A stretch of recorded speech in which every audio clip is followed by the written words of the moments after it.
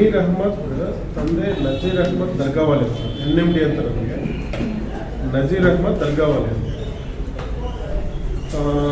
ಇವರನ್ನು ಯಾರೋ ಒಬ್ಬರು ವೈಟ್ ಕಾರಲ್ಲಿ ಬಂದು ಅವರು ಹೋಗ್ತಾರಂತಹ ಸ್ಕೂಟರ್ಗೆ ಡಿಕ್ಕಿ ಹೊಡೆದು ಕೆಳಗಡೆ ಬಿಟ್ಟ ಮೇಲೆ ಚಾಕು ತೋರಿಸಿ ಒಬ್ಬನ ಕಾರಲ್ಲಿ ತಗೊಳ್ತಾರೆ, ಇನ್ನೊಬ್ಬ ಓಡೋಗ್ತಾರೆ. ಆ ಕಾರು ಬಂಕಾಪುರ್ ಕಡೆ ಹೊಟ್ಟೋಗುತ್ತೆ. ಪೊಲೀಸ್ಗೆ ಇನ್ಫಾರ್ಮೇಷನ್ ಬಂದ ತಕ್ಷಣ ನಾವು ಕಿಡ್ನ್ಯಾಪ್ ಕೇಸನ್ನ ರಿಜಿಸ್ಟರ್ ಮಾಡಿದ್ವಿ.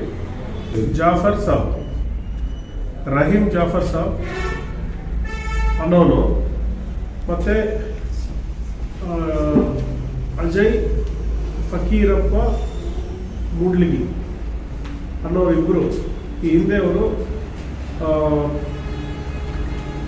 ಧಾರವಾಡದಲ್ಲಿ ಕುಡಿಚಿ ಅನ್ನೋರನ್ನ ಮರ್ಡರ್ ಕೇಸಲ್ಲಿ ಆರೋಪಿಗಳಾಗಿ ಜೈಲಿಂದ 40 ದಿವಸ ಹಿಂದೆ ಆಚೆ ಬಂದಿದ್ದಾರೆ.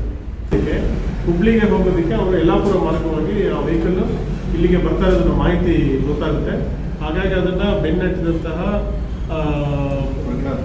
ಇಲ್ಲದು ರಂಗನಾಥ ನೀಲಮ್ಮನವರು ಮತ್ತು PSI ಪರಶುರಾಮ್ ಎರಡು ವೆಹಿಕಲ್ ಹಿಂಬಾಲಿಸ್ತಾ ಇರ್ತಾರೆ. ಆ ಪೊಲೀಸರು ಒಂದು ನೋಡಿದ ತಕ್ಷಣ ಅವ್ರು ಇನ್ನೂ ಫಾಸ್ಟಾಗಿ ಹೋಗೋ ಸಂದರ್ಭದಲ್ಲಿ ಅವ್ರ ವೆಹಿಕಲ್ಸ್ ಎಲ್ಲ ಸಿಕ್ಕಾಪಟ್ಟೆ ಡ್ಯಾಮೇಜ್ ಆಗಿದೆ. ಹಾಗಾಗಿ ಪೊಲೀಸರು ಒಂದು ಜೀಪ್ ಮುಂದೆ ಹೋದಾಗ ಅದು ಇಮಿಡಿಯೇಟ್ಲಿ ಸಡನ್ ತೆಗೆದು ಇದಕ್ಕೆ ಮರಕ್ಕೆ ಗುದ್ದಿದ್ದಾರೆ. ಗುದ್ದ ತಕ್ಷಣ ಆಕ್ಸಿಡೆಂಟ್ ಆಗಿದೆ. ಹಾಗಾಗಿ ಕೆಳಗಡೆ ಬಿದ್ದ ತಕ್ಷಣ ಅವ್ರ ಕೈಲಿದ್ದಂಥ ಅವ್ರು ಹಿಡಿಯೋದಕ್ಕೆ ನಮ್ಮ ಪೊಲೀಸರು ಹೋದಾಗ ಅವ್ರ ಕೈಲಿದ್ದಂತಹ ಈ ಚಾಕು ಮತ್ತು ಖಾರದ ಪುಡಿನ ನಮ್ಮ ಯಲ್ಲಾಪುರ ಕ್ರೈಮ್ ಸ್ಟಾಫ್ ಶಫಿ ಅವ್ರ ಮೇಲೆ ಖಾರದ ಪುಡಿನೆಲ್ಲ ಫುಲ್ ಹಡಿಸಿ ಅವ್ರ ಮೇಲೆ ಹಲ್ಲೆ ಮಾಡಿದ್ದಾರೆ. ಅದೇ ರೀತಿ ನೀಲಮ್ಮನವ್ರ ಮೇಲೆ ಕಾಲಿಗೆ ಒಂದು ಕಲ್ಲು ಅಲ್ಲೇ ಸಿಕ್ಕಿದಂಥ ಕಲ್ಲು ತಗೊಂಡು ಕಾಲಿಗೆ ಹೊಡೆದು ಅವ್ರಿಗೆ ಲೆಫ್ಟ್ ಕಾಲಿಗೆ ಒಂದು ಇಂಜುರಿ ಆಗಿದೆ. ಅದನ್ನು ಪರಶುರಾಮ್ಗೆ ಕೈ ಬೆರಳನ್ನ ಕಟ್ ಮಾಡಿದ್ದಾರೆ. ಸೊ ಈ ಶಫಲಲ್ಲಿ ನಮ್ಮವರು ಇನ್ನು ವಿಧಿ ಇಲ್ದಿರ ಅವರು ಸರೆಂಡರ್ ಆಗಿ ಅಂತ ಹೇಳಿದ್ರು ಸಹ ಸರೆಂಡರ್ ಆಗಿರಲಿಲ್ಲ. ಆ ಗಾಳಿಯಲ್ಲಿ 2 ಸುತ್ತನ್ನ ಫೈರ್ ಮಾಡಿದ್ದಾರೆ.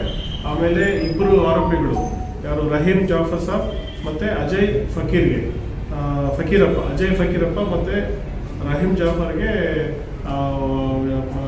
ಕಾಲಲ್ಲಿ ಓಡಾಡ್ತಿದ್ದ ಏನು ಫೈಟ್ ಮಾಡ್ತಾ ಇದ್ದ ಸಂದರ್ಭದಲ್ಲಿ ಅವ್ರಿಗೆ ಕಾಲಿಗೆ ಒಂದು ಸುತ್ತಿನ ಗುಂಡನ್ನು ಇಬ್ಬರಿಗೂ ಸಹ 2 ಕಾಲಿಗೆ ಫೈರ್ ಮಾಡಿದ್ದಾರೆ.